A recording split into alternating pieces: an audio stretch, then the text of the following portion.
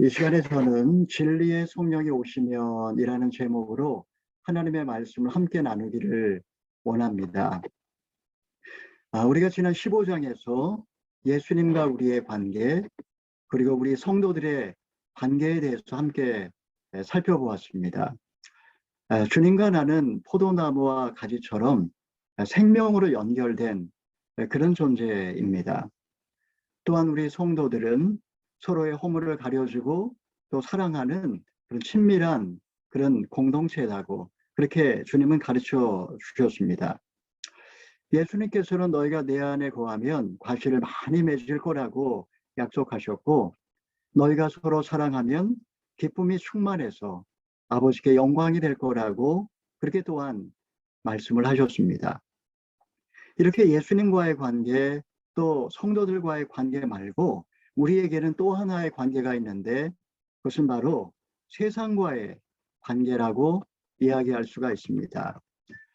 사실 세상은 우리 그리스도인들을 별로 좋아하지 않습니다. 좋아하지 않은 정도가 아니라 조롱하고 미워합니다. 어떤 경우에는 공동체에서 쫓아내고 죽이는 일까지 벌어집니다. 세상 한가운데를 살아가면서 우리가 이런 세상 속에 어떻게 살아야 할까요? 이 시간에 우리는 성령이 오시면 왜 제자들에게 유익이 되는지에 대해서 함께 말씀을 나누어 보기를 원합니다. 먼저 첫 번째로, 성령이 오시면 어떤 박해에도 실족하지 않습니다. 우리 1절의 말씀을 함께 읽어보겠습니다. 시작. 내가 이 모든 것을 너희에게 말한 것은 너희가 믿음에서 넘어지지 않게 하려는 것이다. 예수 믿는 것 때문에 받아야 할 박해가 있다라는 것입니다. 듣기도 거북한 이 말씀을 왜 예수님은 미리 말씀을 하시는 것일까요? 겁주려는 게 아닙니다. 장차 박해를 받을 때에 시험에 들어서 실족하지 않도록 주님이 미리 말씀을 하시는 겁니다. 사실 우리는 우리의 삶에 어려운 일을 만날 때, 누군가 나를 조롱하고 또 나의 신앙을 박해할 때, 우리는 내가 뭔가 그리스도인으로 잘못한 게 있어서 그런 거 아닐까 해서 스스로 자책을 하고 또 절망을 하기도 합니다. 특별히 그것이 사랑하는 가족이라면 가족으로부터 무시나 박해를 받으면 참 감당하기가 어렵습니다. 또 심지어는 실족하는 그런 경우도 있습니다. 지난주에도 말씀드렸지만 저는 아버지로부터 신앙의 어떤 핍박 때문에 참 힘든 시간을 보냈습니다. 아버지로부터 박해를 받고 또 가족, 그 친족들로부터 어떤 때는 멸시를 당하면서도 저는 마음으로 결심한 게 있었습니다. 어떠한 경우에도 말씀에 순종하기로 그렇게 결심을 했습니다. 5년 동안 가족으로부터 단절되는 그 괴로움이 있었지만 주님에 대한 절대 믿음으로 버티고 견딜 수 있었습니다. 오히려 그 고난의 시간이 있었기 때문에 저의 믿음이 정금처럼 빚어지고 주님의 일에 더욱 열심을 냈고 훈련을 받았고 또 저의 삶을 주님께 헌신할 수가 있었던 것입니다. 미움도 박해도 예수님 때문에 잘 받으면 오히려 그것이 담대한 믿음, 정금 같은 믿음으로 우리를 빚어 주신다라는 것입니다. 우리 2절의 말씀 3절까지 한 번 더 읽어보겠습니다. 시작. 사람들이 너희를 회당에서 쫓아낼 것이다. 그리고 너희를 죽이는 사람마다 자신이 하는 일이 하나님을 섬기는 일이라고 여길 때가 올 것이다. 그들은 아버지나 나를 알지 못하기 때문에 그런 일을 할 것이다. 당시 12제자는 유대 공동체로부터 추방되는 아픔을 각오해야 했습니다. 그들은 한 번도 이 이스라엘을 떠나본 적이 없고 이스라엘을 떠날 걸 생각한 적도 없었습니다. 하지만 유대인들이 이제 12제자들을 유대 땅에서 쫓아내고 박해하고 죽이려고 들 겁니다. 유대인들은 그것이 하나님을 섬기는 법이라고 믿었습니다. 이단의 괴수인 예수를 믿는 자들, 그들은 세상을 더럽히는 사망의 냄새였습니다. 예수님이 누구인지 모르는 그들은 하나님의 일을 한다고 하면서 오히려 영혼을 죽이고 하나님을 회방하는 그런 삶을 살았습니다. 사도 바울을 보십시오. 그는 스데반을 돌로 쳐 죽이는데 앞장섰던 사람이었습니다. 종교인인데 사람을 죽이는데 앞장섰습니다. 최고의 지성을 갖춘 율법학자였습니다. 그는 그리스도인을 잡아 가두고자 다메섹까지 원정을 갔던 인간 사냥꾼이었습니다. 성경에 대해 그토록 박식했지만 그는 하나님이 누구이며 예수님이 누구신지 몰랐습니다. 결국 그런 인생은 하나님을 대적하는 삶을 살 수밖에 없었던 것입니다. 여러분, 과거 우리도 전통과 관습에 매여 신앙생활을 하다 보면 이렇게 어리석게 살 때가 있었습니다. 성경을 읽어도 아버지의 마음을 깨닫고 영혼 구원에 관심을 갖고 이런 게 아니라 그냥 그저 지식적인 어떤 욕망을 채우기 위해서 성경을 읽기 때문에 그것이 나의 삶의 진실한 적용으로 연결되지 않고 오히려 그것이 나를 교만하게 만들어서 오히려 다른 사람을 무시하고 판단하고 상처를 주었습니다. 심지어 그것이 하나님의 일이라고 자기 자신을 속인 적도 있지 않았습니까? 우리 4절의 말씀을 읽어보겠습니다. 시작. 내가 너희에게 이런 것들을 말하는 것은 그때가 되면 내가 한 말을 너희로 기억하게 하기 위함이다. 또 내가 처음부터 너희에게 이런 것들을 말하지 않은 것은 내가 너희와 함께 있었기 때문이다. 예수님께서는 공생기간 동안에 제자들에게 자신의 고난과 죽음에 대하여 3차례 말씀을 해주셨습니다. 그때마다 제자들의 반응이 어떠했습니까? 그들은 귀를 막고 들으려고 하지를 않았습니다. 수제자 베드로는 예수님을 따로 모시고 가서 주님을 책망하기까지 했습니다. 그리 마옵소서 하면서 주님의 고난과 죽음을 받아들이려고 하질 않았습니다. 이제 예수님이 십자가를 지기 바로 전날 밤이었습니다. 예수님은 마지막으로 제자들에게 다시 한번 그들에게 닥칠 박해와 죽음에 대하여 예고하셨습니다. 왜냐하면 그들의 박해는 피할 수 없는 것이기에 박해를 당할 때에 지금 예수님이 하신 이 말씀을 기억나게 하고자 하심이었습니다. 아마 여러분들도 다 경험을 하셨겠지만 사춘기 자녀들은 부모의 말을 잔소리로 여길 때가 있습니다. 잔소리라는 것은 맞는 말을 기분 나쁘게 하는 겁니다. 듣는 사람이 듣기 싫은 소리를 부모는 반복하는 거, 이런 거를 잔소리라고 이야기를 합니다. 물론 자녀를 위하는 그런 자녀를 위해서 하는 말이지만 자녀의 귀에는 전혀 들어오지를 않습니다. 이게 계속 동어 반복이 되면 잔소리로 느끼고 아예 귀를 막아버리는 것입니다. 어느 날 그들이 부모가 되어서 자식을 힘들게 키우다 보면 과거에는 그토록 잔소리 같았던 부모님의 말씀이 기억나지 않겠습니까? 하물며 하나님의 말씀은 오죽하겠습니까? 고등학교 때 저의 친구가 저에게 성경 구절이 쓰여 있는 두루마리를 선물로 준 적이 있었습니다. 이사야서 41장 10절 말씀.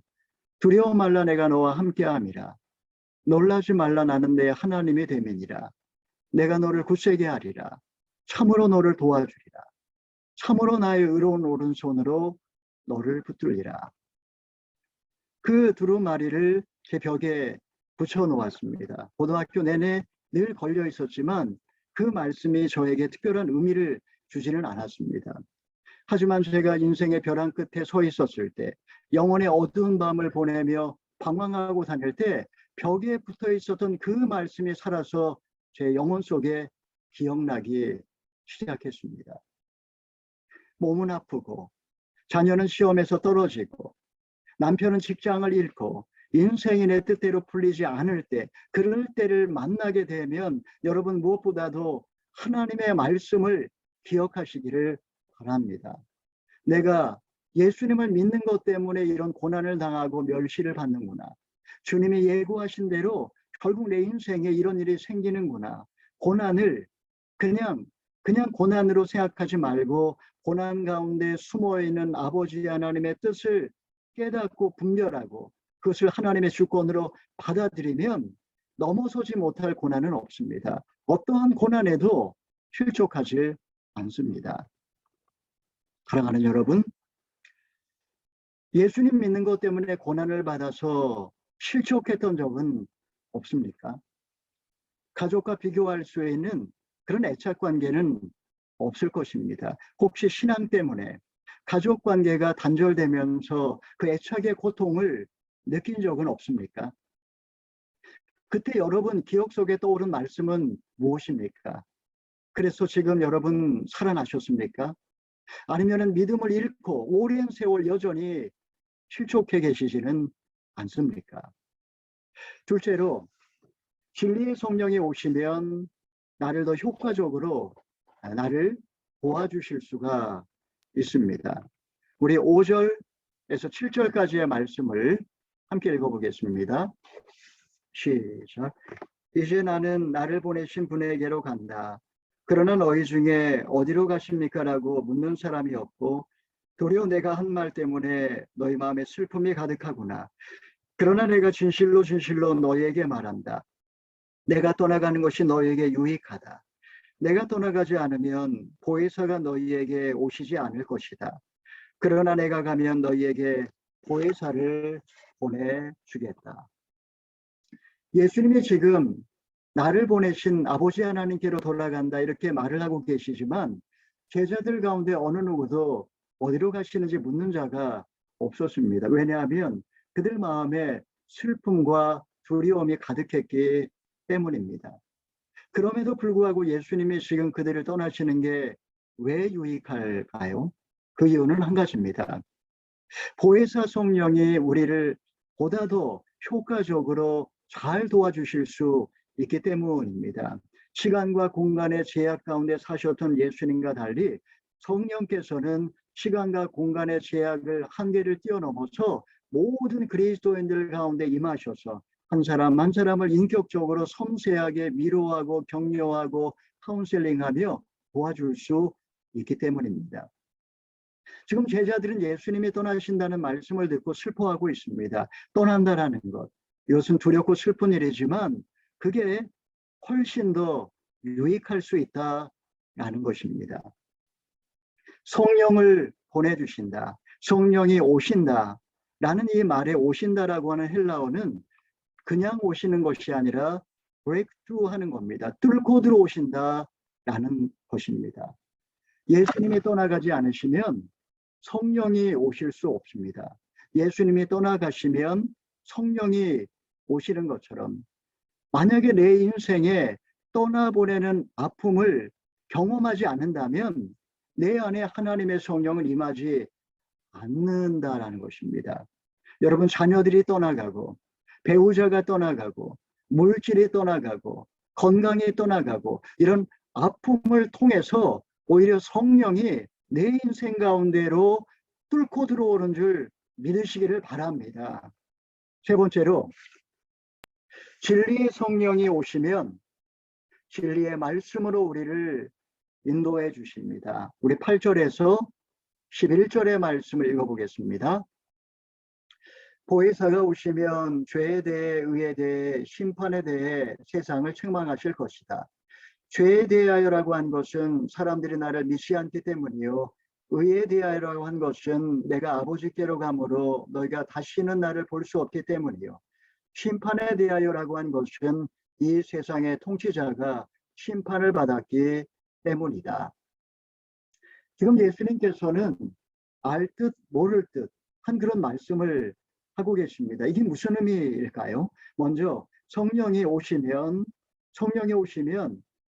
진리의 말씀을 깨닫게 하시고 그리고 세상을 책망하신다라고 했습니다.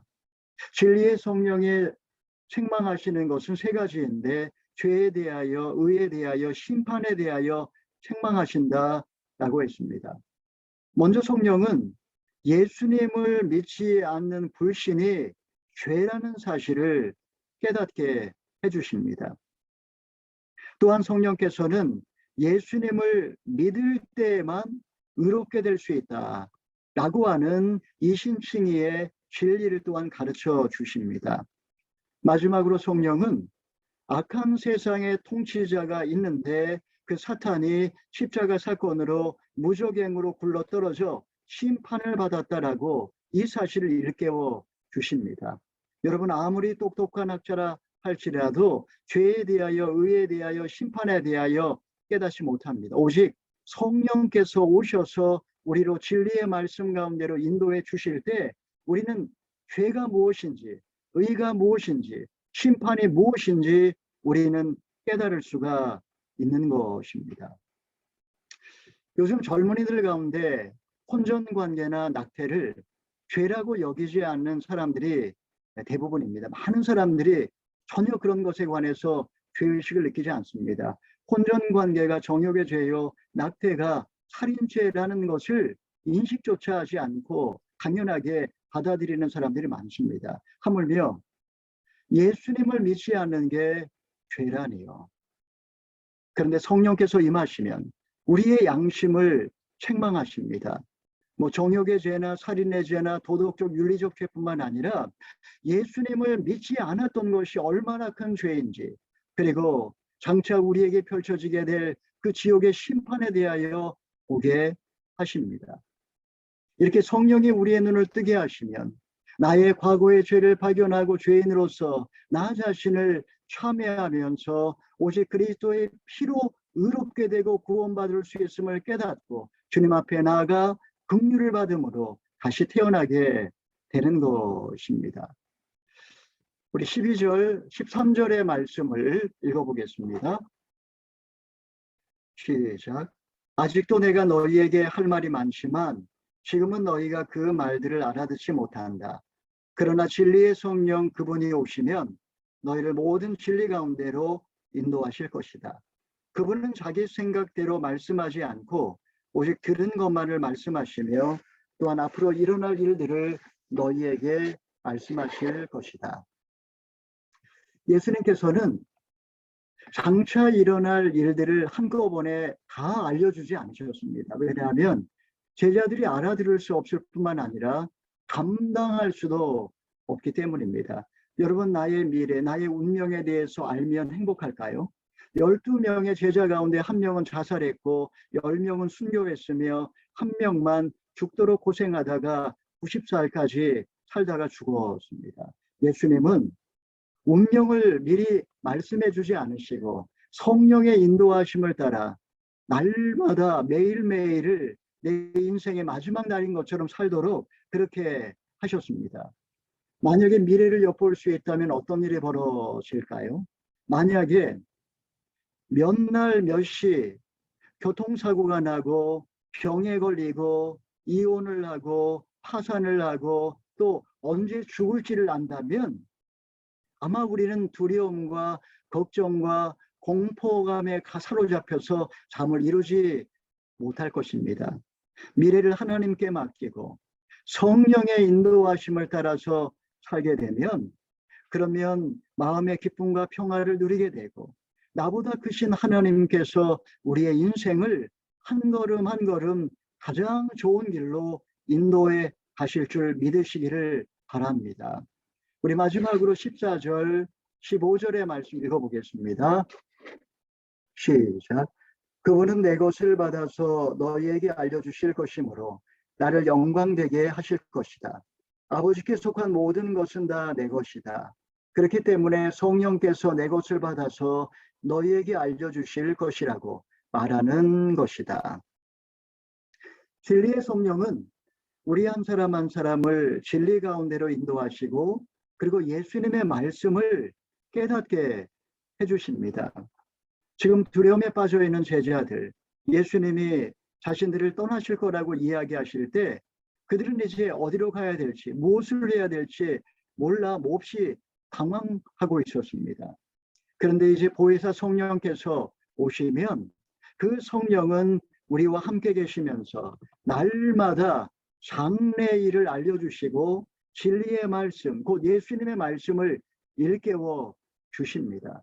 그렇기 때문에 제자들은 다만 내일의 일을 걱정하지 말고 성령의 음성에 귀를 기울이며 그 음성에 순종하기만 하면 된다 라고 주님은 지금 제자들에게 말씀을 하고 계시는 것입니다.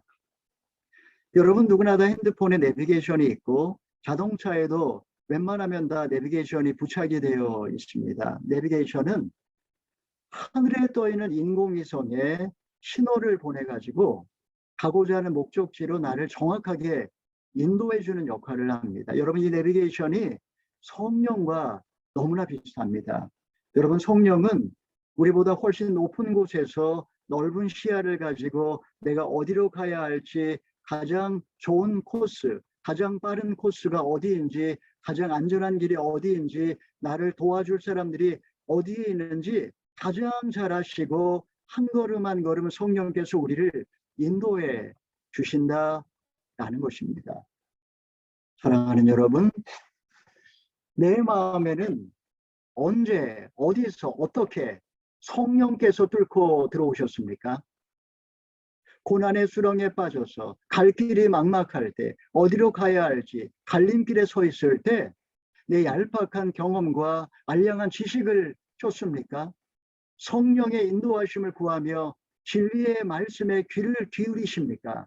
그 성령께서 여러분에게 알려주신 장래의 일은 무엇입니까? 이 말씀을 맺고자 합니다. 사랑하는 여러분, 예수님 믿는 것 때문에 고난을 받아 실족할 때 믿음을 잃지 마시고 진리의 말씀을 기억하시기를 바랍니다.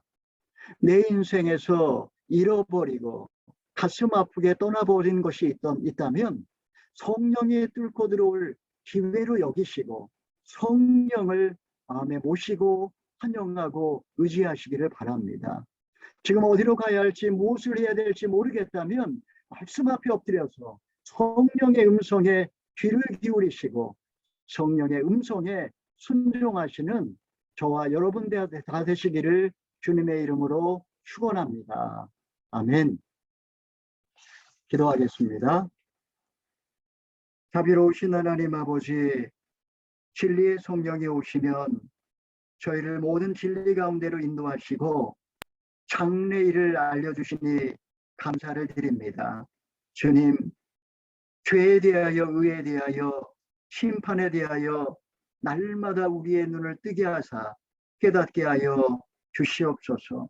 주님, 너무나 오랫동안 말씀을 멀리한 채 혈기와 교만과 그리고 욕심으로 사람을 미워하며 마음의 근심과 걱정만 가득했었습니다. 사랑의 주님, 진리의 성령께서 우리의 삶 속에 뚫고 들어오셔서 말씀하여 주시고 위로하여 주시고 회복하여 주시고 장래일을 밝히 보여 주시옵소서. 예수님의 이름으로 기도하옵나이다. 아멘.